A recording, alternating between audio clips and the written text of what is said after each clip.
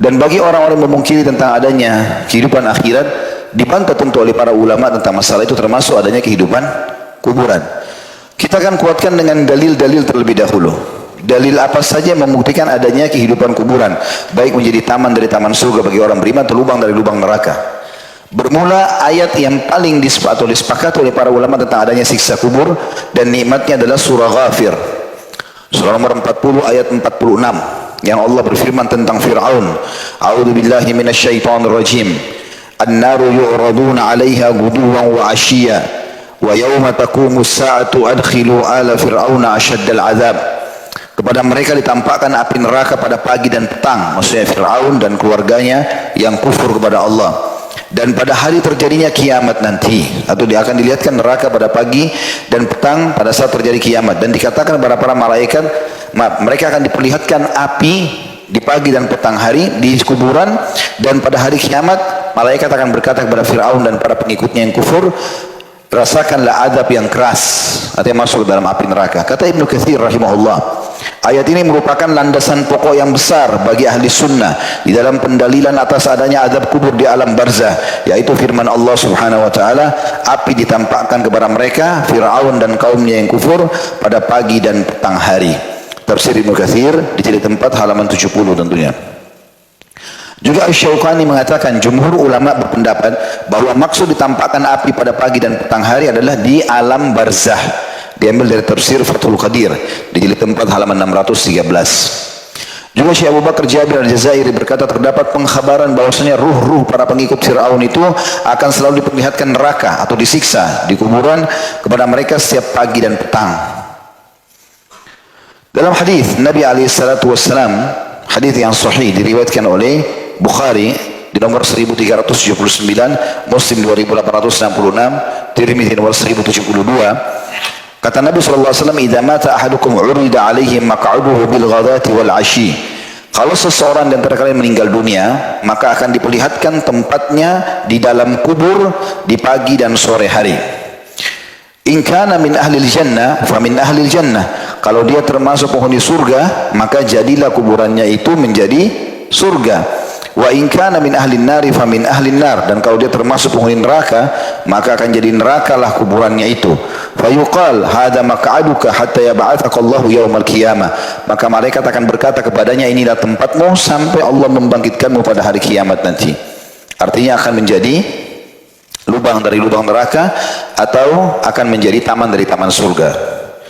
Juga ayat yang sangat jelas dalam surah Al-An'am, surah nomor 6 ayat 93, di mana Allah Subhanahu wa taala menggambarkan tentang prosesi matinya orang-orang kafir.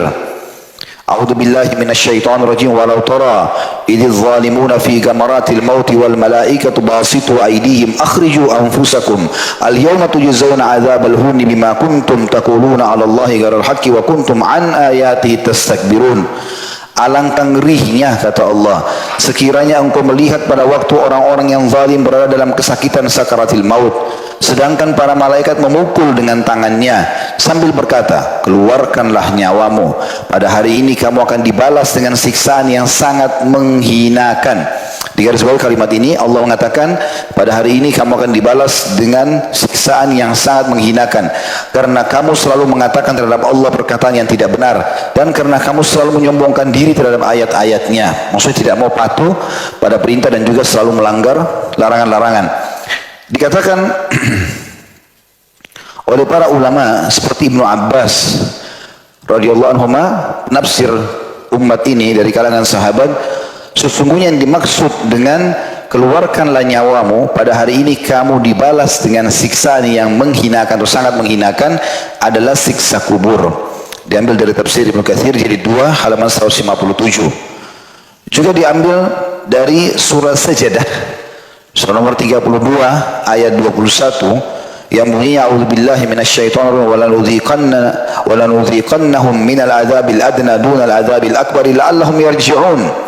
Dan pasti, kata Allah, kami akan merasakan kepada mereka sebagian azab yang dekat di dunia sebelum azab yang besar nanti di neraka, agar mereka kembali ke jalan yang benar.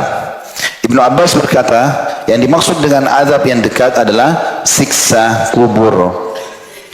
Al-Bara' ibn Azib radhiyallahu anhu juga menukil kisah atau menukil hadis yang sangat jelas berhubungan dengan masalah itu, yang cukup panjang tentunya. Kalau orang beriman meninggal dunia, maka akan datang malaikat kepadanya dan mencabut ruhnya sambil mengatakan, "Hai jiwa baik, keluarlah kepada pengampunan Tuhanmu." Lalu dibungkus dengan kain kafan dari surga, kemudian naik ke langit, lalu kembali ke kuburan. Lalu dia masih sempat mendengarkan suara sendal orang yang mengantarnya. Kemudian 3 langkah mereka jalan, maka baru datang malaikat mungkar nakir mendudukan, lalu menanyakan, "Siapa Tuhanmu, siapa nabimu, apa kitabmu?" Lalu kemudian dia jawab dengan mudah. Lalu kemudian Allah berfirman kepada para malaikat, "Hamparkan atau bukakan jalan hambaku dari surga." Maka terhamparlah di hadapannya permadani dan sampailah kepadanya wangi-wangi surga itu. Kemudian jadilah taman dari taman surga kuburannya. Dan dia berdoa mengatakan, "Ya Allah, cepatkanlah waktu karena aku tidak ingin masuk ke dalam, atau cepatkan waktu aku ingin masuk ke dalam surgaku."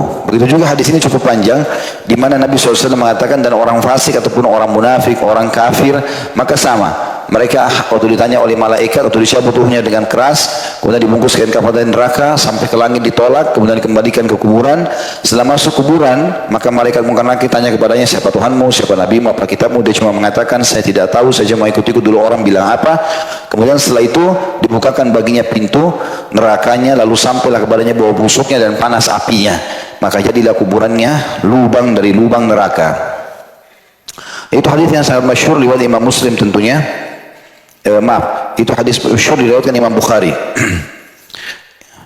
Hadis Bukhari ini diriwayatkan di nomor 2931. Juga Abu Ayyub Al-Ansari berkata radhiyallahu anhu, "Kharaja an-nabiy sallallahu alaihi wasallam wa qad wajabat asy-syams, fa sami'a sautan fa qala yahudu tu'adzabu fi kuburiha."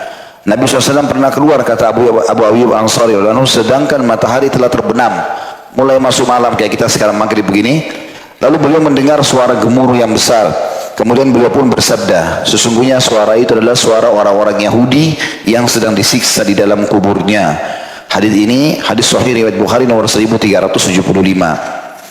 Juga Ummu Mubashirah radhiyallahu anha berkata, Rasulullah SAW pernah datang kepadaku. Saya langsung terjemahkan karena hadisnya lafadznya panjang. Rasulullah SAW datang kepadaku dan aku sedang berada di salah satu kebun Bani Najjar yang di dalamnya ada kuburan. Di antara penghuni kuburan tersebut adalah mereka yang mati di masa jahiliyah. Lalu Rasulullah SAW mendengar mereka sedang disiksa. Setelah itu Rasulullah SAW keluar dan berkata, "Berlindunglah kalian dari siksa kubur." Ummu Mubashirah radhiyallahu anha berkata, "Wahai Rasulullah, apakah mereka disiksa di kubur mereka?" Kata Nabi SAW, "Benar, siksa yang hanya didengar oleh hewan-hewan." Hadis ini riwayat Ibnu Hibban nomor 3125.